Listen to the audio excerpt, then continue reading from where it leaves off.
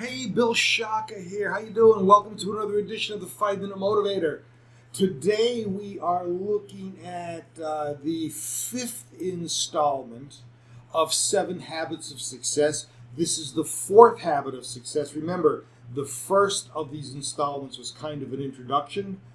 And I hope you enjoyed yesterday's collage of people that I admired and that I've learned from over the years. I'm expecting to get some emails on that. Today we are going to be talking about plan your day the night before.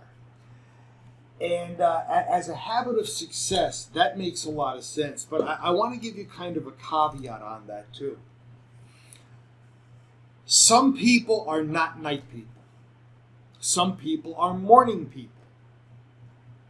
So, while the habit of success said plan your day the night before, I understand the reasoning behind that. Charles, was his name Hobbs or Dobbs, wrote a program called Time Power. I think he wrote it actually back in the mid-1980s. I owned it on cassette. It shows you how long ago it was. And he was an advocate of planning your day the night before, so that when you slept, your subconscious worked on it. And that makes a lot of sense if you are predisposed to working that late at night, even if it is for just 10 minutes or so. Some people are not. If you find yourself to be more of a morning person, then get up and plan your day early in the morning. I tend to do both. I don't mind taking 5 minutes out of my night looking at what I have to accomplish tomorrow. And I'm not talking about granularly. I'm talking about in big detail, in big swaths of information, not detail. And say, aha, I need to record this. Aha, I need to make this phone call. Okay, I need to write this particular report or chapter in a book. Big, gigantic chunks. And then in the morning, concentrate on breaking it up into finer and finer pieces. I feel, personally, by doing that, I allow my subconscious to work on it at night. I enter into that dream state, and it tends to work for me. Waking up the next morning, then spending a few minutes on planning the day in a little bit more of a detailed format. I have to tell you, I never advocated spending more than 15 minutes planning your day. And I spend 5 minutes at night and 10 minutes in the morning. And my day is kind of ready to rock and roll.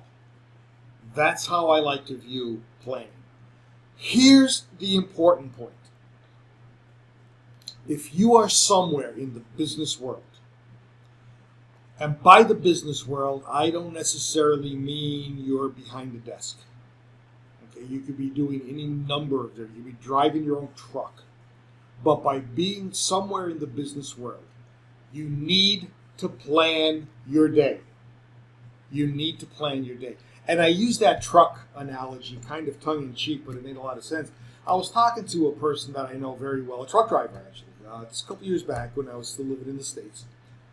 And he said, and he owned his own truck, so it was like, what do I have to plan my day for? I get in the truck and go. I said, really? Let me ask you something. How far do you want to get?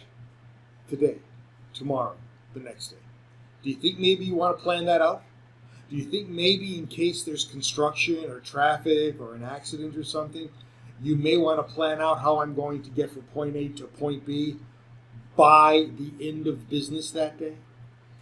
It does make sense to plan. So, is there a moral to this story? Yeah, there is. Really simply. Plan your day. And I'll give it to you this way. When I was a professor at Penn State University, I just finished my second book on goal setting. And one of the professors came into my office and said, Bill, where do you find the time to write books? And I said, I don't find the time. I schedule it. That's the whole idea behind what we're talking about here.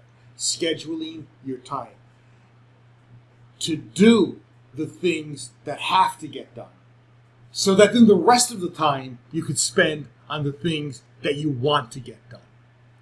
Get rid of the high payoff but perhaps low fun activities first, so then you can concentrate on the high fun, low payoff activities after that. Bill Shock, thanking you for attending another edition of the 5-Minute Motivator, where tomorrow we are going to look at episode 5, Keep Your Goals in Front of You. Thanks. Bye.